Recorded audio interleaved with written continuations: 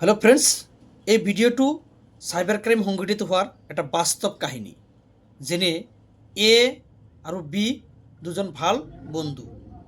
বিয়ে এক কলে যে তোমার প্যান কার্ড, ভোটার আইডি আর একটা ওটিপি যাব, তুমি দিবা। তোমার নামত একটা অনলাইনত একাউন্ট খোলা হ'ব আৰু তাতে কিবা একটা পয়সা উইথড্ৰল কৰিম। তাৰ বিনিময়ত তোমাক ৬,০০০ টকা দিয়া হ'ব। বিৰ কথাত এ মান্তি হ'ল। ৯মাহমান পিছত এই ব্যক্তিলৈ as per section 35 clause 3 of BNSSৰ অধীনত এখন নোটিছ প্ৰেৰণ কৰা হ'ল, য'ত এই ব্যক্তিয়ে চেণ্ট্ৰেল বেংকৰ জৰিয়তে 1,00,000 টকা জালিয়াতি বা চাইবাৰ ক্ৰাইমৰ পইচা উইথড্ৰল কৰিছে।